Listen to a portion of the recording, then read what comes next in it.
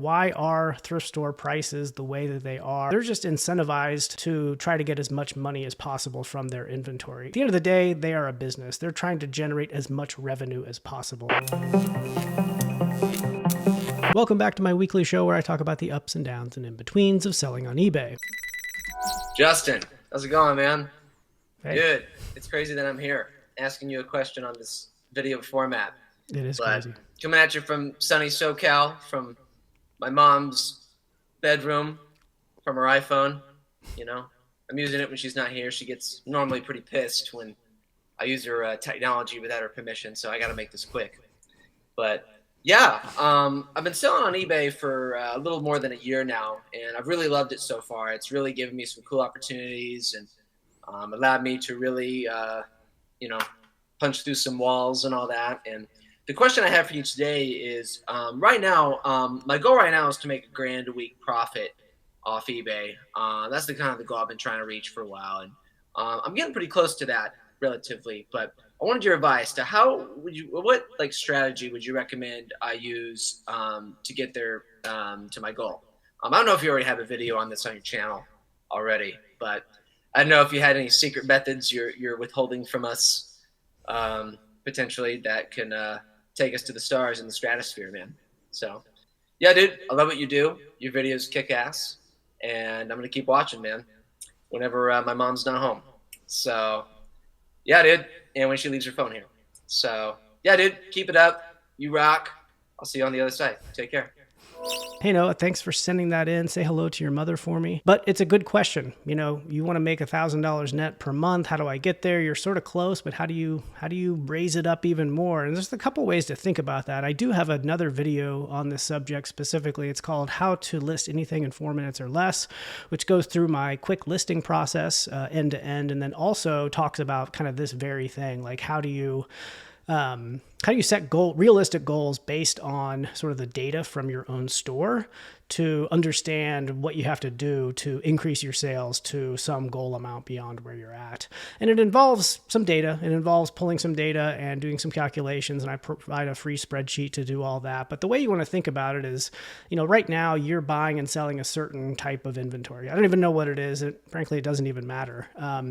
But that inventory is performing at a certain rate. And so let's just say you're selling kind of across all types of inventory and you're making $700 net per month. How do you get that up to $1,000? Well, you have trends, and looking through your data will help you see those trends, and you have averages. And so if you're listing 100 things a week and selling 80 things a week, and if you have an average sale price of like $40 per sale and an average net per sale of about $20, you start to have the math that you need to project out how you would need to increase your numbers in order to hit a specific goal. And that, makes a lot of assumptions. It assumes that you can find the same quality of inventory, at a higher scale, which sometimes is not the case. Sometimes, you hit a wall with the inventory that you can find. And in order to get new inventory, you kind of have to lower the quality that you get, and your average sale price may go down. And so it's not perfect, but there is some math you can do. I'm going to link you over to that video so you can learn more about it, but it's totally possible to sort of do the math and figure out what you would need to do in order to hit a specific revenue goal based on your history and based on the data there. So check out that video. I think it's going to give you everything you need to figure that out. If you want to send in a question over a video, check the description below. I've got a link on how you can do that, either video or audio. So would love to have you on the channel. Hey, Justin, Dan here. Hey, Dan. I follow you and watch all your videos, and I got to tell you, you provide the most information that I've ever gotten and have helped our business a lot. Awesome. Biggest help in our business has been Flipwise. Amazing. Love Thank it. you. One question about it, though. When will we be able to add sales from outside of eBay? If I don't have to track those, I don't have to use anything. Everything goes into Flipwise, and I got to tell you, just an amazing app. Keep up the great work. Appreciate you more than you know. Thank you, Thrifty OC. Awesome. Thanks, Dan. Appreciate the kind words for sure. Yeah, so it's a great question. A lot of users have been asking about wanting to manage sales when they happen outside of eBay, and I'm excited to say that it is finally out there. We finally released this last week, so you can, in Flipwise now, manage sales outside of eBay. You can do that in two ways. You can either mark an existing ended eBay item as sold, outside of eBay, and that's on any marketplace that you want, even including like your local antique booth or flea market. Or you can add a new product to Flipwise entirely for the purposes of marking it sold on any other marketplace. Check it out. It's pretty cool. Randy Carson asks, lately it seems like other eBay YouTubers are spending a lot of time talking about how bad things are for resellers. Anyone else pick up on that? I'm new to eBay, so what's going on? Too many sellers and not enough low-cost inventory? Hey, Randy. Yeah, I think that is a pretty common thing. I would urge you to not read into that too much. The truth is that type of content gets clicks, it gets people, ooh, what's going on? I'm going to click it. I'm going to watch it. It's just, unfortunately, it's like a common trend, not specific to reselling or anything, but a common trend on YouTube is that type of sort of negativity and saying that everything's terrible, nothing's ever going to be the same. All that stuff is just going to generate more interest in the videos. So, I would urge you to not be influenced by that too much. Definitely things are changing for resellers, and that's expected. Everything changes. Every single industry changes over time through when new technology comes out and, industries shift and all sorts of things. Nothing is ever going to be the same. And so as a reseller, you should prepare yourself for change. You should not get afraid of change. You should welcome change and try to find the opportunity in change. But don't get caught up in the drama. Don't get caught up in the negativity. There's always going to be a market for reselling. It's going to be different, but there's always going to be a market for reselling. It's existed for hundreds and thousands of years. It will continue to exist. Reselling is as old as capitalism and whatever came before capitalism. Reselling is here to stay. It's not going away, but it is definitely changing.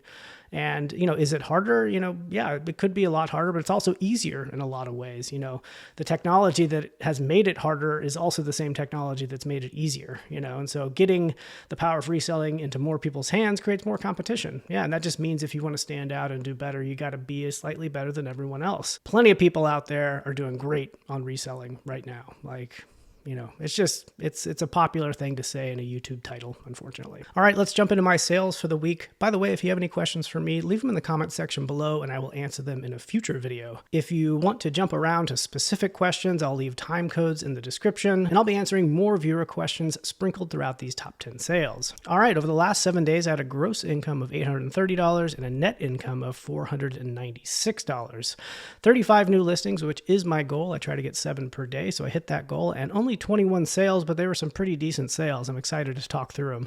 Looks like I spent a total of $100 on new inventory over the past 7 days, and the inventory that I sold was quite old. The average time to sell was about 6 months, and usually it's about 3 months, so I was selling some older inventory. Coming in at number 10 is this Japanese Studio My Neighbor Totoro box. I got this at a garage sale for just $1 this past summer.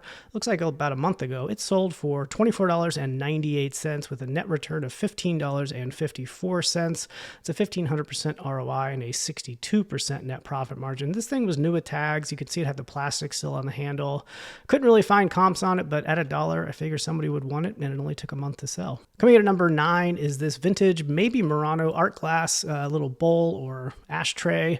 Put that question mark against there just to get the interest of potential Murano glass collectors, but without saying exactly this is definitely Murano, because I didn't know and I didn't get it appraised or anything like that. I'll let the buyer decide whether they want to buy something that may or may not be Murano. This thing was part of a bulk buy that we bought a long time ago, and this took about a year to sell. $34.98 for the 9th best flip of the week. The net return on that was $21.94. If y'all remember my last video doing a walkthrough of my listing process, I was talking about a banding effect on the photos because of the lights that I was using. This is that banding effect. Can you see that? I don't know if you can see that or not, but there's just like a darker and a lighter area, kind of like a zebra pattern across the image. So if you were wondering what I meant, that's what I meant there. Hey, Justin, really appreciate the content you've been providing, man. Love the more chill take on reselling videos. Very cool. Just had a question about disputes. I got an eBay payment dispute from somebody saying they didn't recognize the transaction. While not a large sum of money, it's less than $30. The pain of it, I don't understand. The person may have had their identity stolen or just someone stole their credit card. I don't feel like that's my issue. That's an eBay issue. I don't know why eBay would hold my funds awaiting an outcome when they should just pay that anyway. Have you ever had this issue, or do you have any thoughts on the issue? Would appreciate any help. Thanks, man. Yeah, thanks, Aaron. It is kind of annoying when you get a dispute from eBay. And so what that is when a buyer buys something and then some amount of time after they buy it, you get a notification saying they disputed the charge. And there's a couple of different ways that they can dispute it. They can say they don't recognize the charge, or they never received the item, or a couple other things. And it is, yeah, it does come back on you as the seller. But typically, in almost every scenario, you don't end up actually losing any money on the sale. And it does happen, I would say it happens to me once or twice a year at most, and it's usually not a big deal. And how you handle it depends on the actual dispute type. And so if the buyer is disputing it for, like they are saying that they don't recognize the charge, typically, eBay will hold the funds, and they will take care of it. And then some number of weeks or months later, they refund those funds back to you after it's all sorted. But there are scenarios where it could be the seller's fault for the dispute.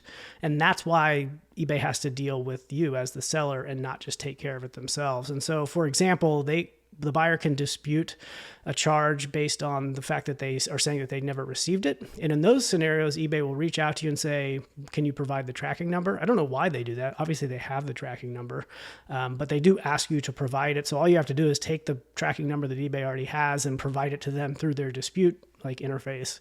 And then, typically if the tracking is valid and it shows that it was sent on time and delivered and all that, you don't have to worry about it. It's just taken care of. And so I've never lost money on a dispute. It is annoying because they hold your money for like I said, a couple weeks or a couple months, but I've always gotten that money back, and it's annoying, but it's just a part of doing business online. Coming in at number 8 are these Harley-Davidson hand levers. These came from a flea market, which I paid, $20. Kind of surprised I paid that much for them, but they sold in about a year for $53.99 total. That's $44 plus $9.99. I think I took a best offer on this one. The net return for the 8th best flip of the week was $22.47. Harley-Davidson is just a quality brand. It's typically going to be worth buying, especially if they are, motorcycle parts like this. I'm a little surprised that I paid $20 for them. I must have looked them up. Paying $20 to wait a year to, basically get 100% ROI. Not the best buy, but I'll take it. Coming in at number 7 is this vintage Wilson's leather messenger bag. This thing sold for $49.98 after 4 months. It came from a Goodwill for $8. That Wilson's is a pretty good vintage leather brand. The net return for the 7th best flip was $23.27 and a 47% net profit margin. Hi, Justin. I've contacted eBay for Business through Facebook Messenger several times in the past to have issues resolved. Today, when I went on, I found that the page was no longer available, neither the full Facebook page or the Messenger chat. I was curious if you are aware of this, if you know if it's a permanent issue, and if you have any recommendations for other good ways to reach eBay, as this way seemed to be the most efficient way for me to have issues resolved. Thanks. Yeah, Kelly, I have heard that. I've heard other reports of people trying to access that eBay for Business page, which is no longer there. And eBay has spoken out about this, and they said they're pulling all of that business support back in-house and are providing ways, within the eBay interface itself to get in contact with support representatives from an eBay for Business type customer. I've never used the Facebook interface to do that. I very rarely reach out to eBay in the first place. And so I don't have a whole lot to say on this specifically, only to confirm that, yes, they have moved their eBay for Business support off of Facebook and are going in-house with it. I think eBay has also said that, the same people are involved. They're not sending those support requests offshore, for example. They're going to stay with the people who are doing it. They're just changing the interface. That's what they've said. I can't comment anything beyond that. Not affiliated with eBay, so I can't really say exactly what's going on. But yeah, it's kind of unfortunate. I know a lot of people have had a lot of success getting things done through that eBay for Business portal on Facebook. Hopefully, the support remains the same, and really just the interface and the place where you contact them are changing. That's my hope, but I don't know. So we'll see. I guess time will tell. Coming in at number 6 is this handcrafted Boyd Miller glass ornament from West Virginia. Perfect example of something that my wife picked up that I would just have no idea has value, but somehow she picked it up out of a garage sale for only $1 and turned around and sold for $36.98 for the 6th best flip of the week. The net return on this one was $24.85. Nice little glass ornament. Just, I don't know how she has an eye for this type of thing. I'm really glad that she does. I would just want to pass this thing up, no doubt. Coming in at number 5 is this vintage Travel Smith Mandarin collar shirt. I got this at a garage sale, only $2. I noticed a dresser that they were selling at this garage sale the door was slightly ajar and there was stuff in there. And so I was asking him, are you selling the stuff in here? Like, oh yeah, sure. And there was about 5 or 6 of these vintage Travel Smith button-up shirts, all new with tags, all brand new, just like this. And I sold a couple of them this week to the same buyer.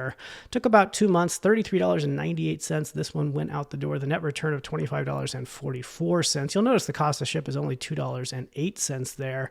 That's because it's a combined shipment. So I put a bunch of them together in one box and then gave each item sold a share of that shipping cost. So that's why that's lower. Hey, Justin. So first of all, thanks for all the advice and help that you put out each week. It's been super helpful and super informative for me personally. So I just started reselling back in July, just super part-time, but it's already becoming a good amount of work for me on top of my full-time job. I played around with the idea of bringing on a partner to scale the business because I thought it could scale really well with some added hands. And I've got someone hooked on the idea now who wants to join me. But I'm starting to think it might be a little complicated with splitting workloads and payouts and things like that. So I guess I was just wondering, have you ever done a partnership on an eBay reselling business before? And if you have any advice on that? Thanks. Thanks, Taylor. Appreciate you sending that in. I've never done a partnership like that. I do, I work on this with my wife, and obviously our partnership extends beyond just the business, but I think that's pretty different than what you're asking. And I do think that can be a pretty dangerous thing to get into, and you'd want to really pick the right partner because getting into a business partnership like that is very much like getting into a marriage, and there's a lot of things that can go wrong. And you want to make sure that you all have the same ideals and you have the same ideas of what you want out of this business and how you want to operate it, and someone that you trust.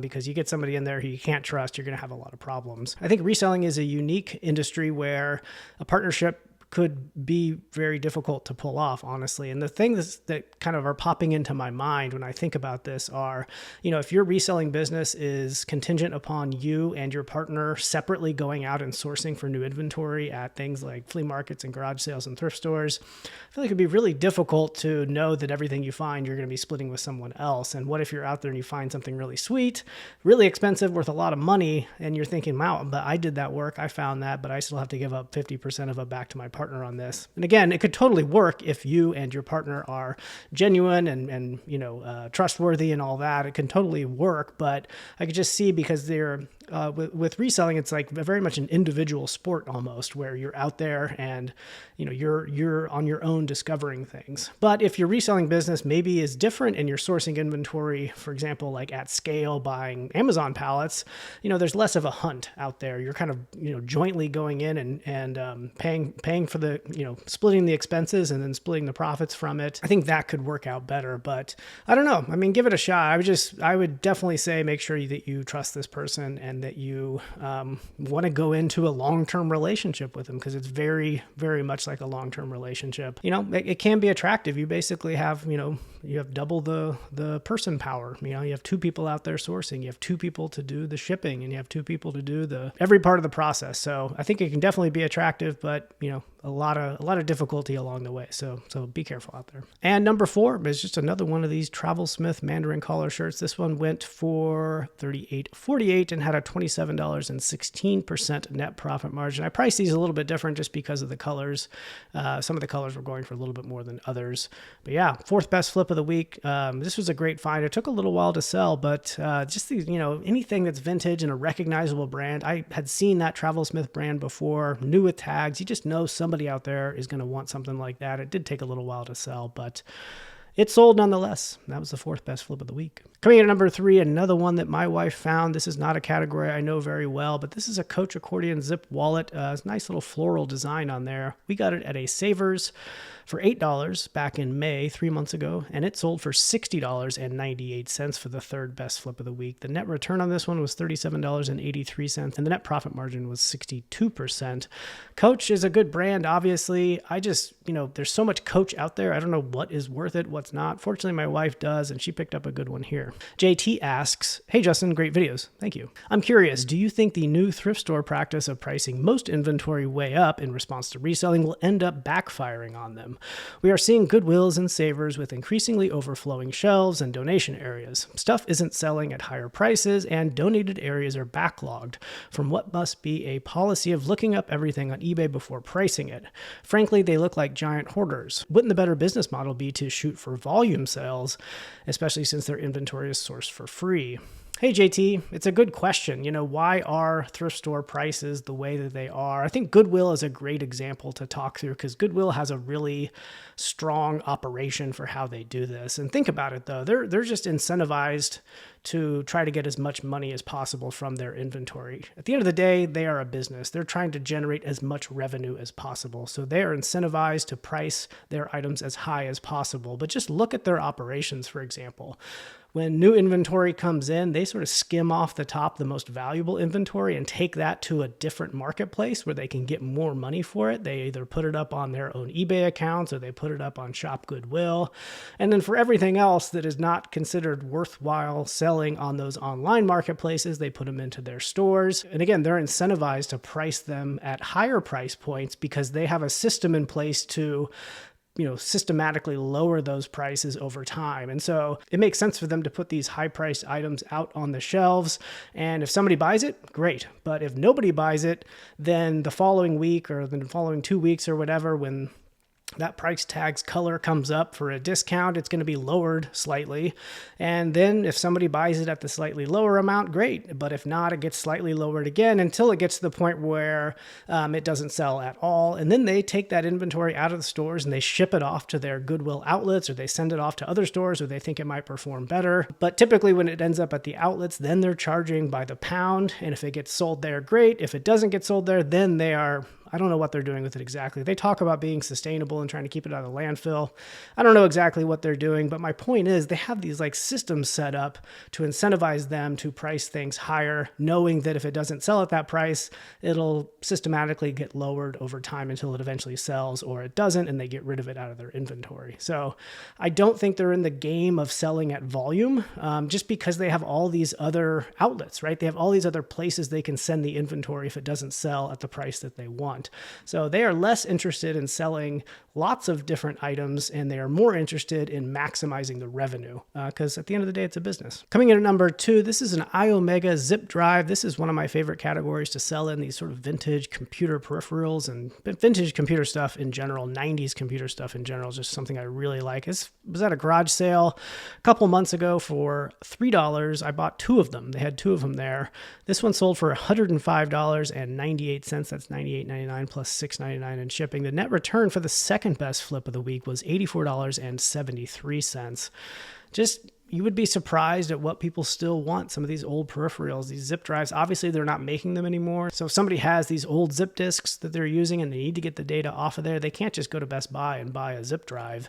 They got to go on eBay, go on the secondary market. And so that's why a lot of these vintage electronics can do well. Some people just like to collect this stuff. I have no idea the intentions of the buyer, but I'm happy to have their $84.73 for the second best flip of the week. Really good one there. That leaves us with number 1, this Mountain Hardwear men's kilt. And so if y'all were watching my listing video last week, I said this thing is going to sell pretty quickly, and I was right. 5 days to sell, purchase price of $5. It went for $131.98. That's $124.99 plus $6.99 in shipping. And if you remember, I listed this thing at $150. That was on the high end. I knew I was going to be willing to negotiate and take offers. They had one that had sold exactly like this for $125. So when I got the offer for $125, I said, yep, let's do it. The net return on this one for the best flip of the week was $101.90. The ROI is over 2,000%, and a net profit margin of 77%. Really good find. This was in the men's athletic shorts section, and I just quickly browsed through there to see if I could find anything decent. I saw that Mountain Hardwear logo on the bottom, and I pulled it out, saw it was a kilt. I was like, never seen that before. But even then, I was still shocked at the comps there. Over $100 for a kilt. Really surprising. Happy to get it. Best flip of the week. Really cool one.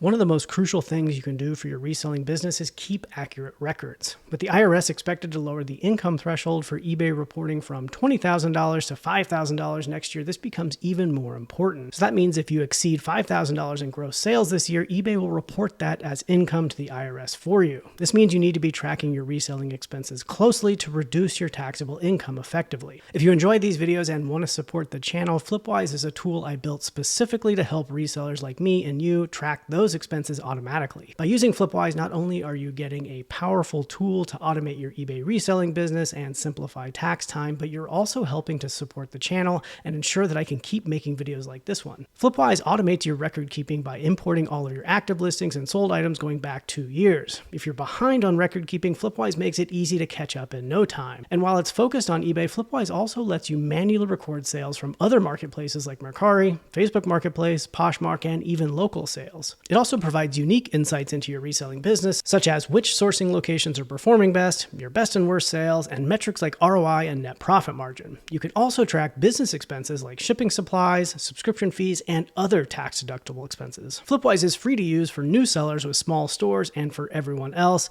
Check the description below for a promo code to get 20% off your first month. As always, thank you so much for your support.